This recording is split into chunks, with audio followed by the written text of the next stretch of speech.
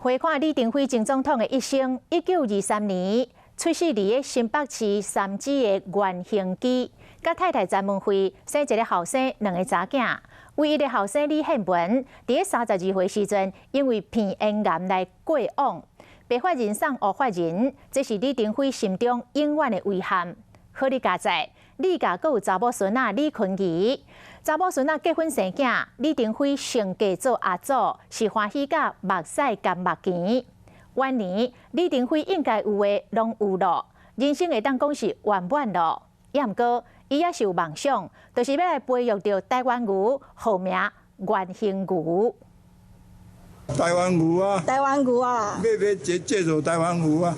唔是讲干日本牛啊，台湾牛啊！ 年岁较大的前总统李登辉，90几岁还搁咧为和牛帮拍拼，伊就是一个意志真坚强的人，培育出来台湾和牛，叫做原兴牛。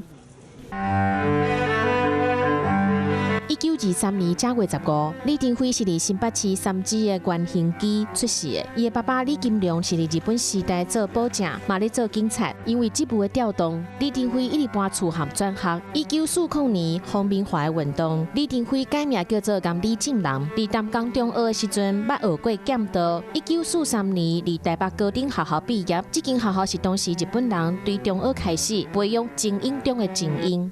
哥哥李登钦是原警学校的学生，前往日本读京都帝国大学进前，李登辉家族伫三芝留下珍贵的合影。但是第2摆世界大战爆发，李登辉还搁伫学校读册，以西亚兵的身份来参战。哥哥李登钦伫马尼拉战役当中不幸死亡。李登辉伫战后恢复学生的身份，1949年对台大农经系毕业，留伫学校做讲师。 春天来啊！李登辉和淡水展示地主的查囝詹文惠结婚，3年了后，翕第一张全家欢爱合照，生一个后生，2个查囝。1952年到爱荷华州立大学研究农业经济，45岁时阵摕到康奈尔大学农业经济博士。 加强基层的建设，提高农民的所得未来老百姓的这个生活必须应该存在的这些事业，那么就是服务上的事业。等来台湾了后，开始无同款的人生。担任台湾新政府新主席的期间，经历人生真失志的时阵，孤囝李宪文32岁时阵因为鼻癌过身去。李登辉惊后生一领，当时伊是甲后生抱咧一步一步行向太平间，这嘛是心内底永远的遗憾。后来，伊伫政坛顶悬愈来愈出头。1984年，李登辉做副总统；1996年，成为台湾第一位直接民选的总统。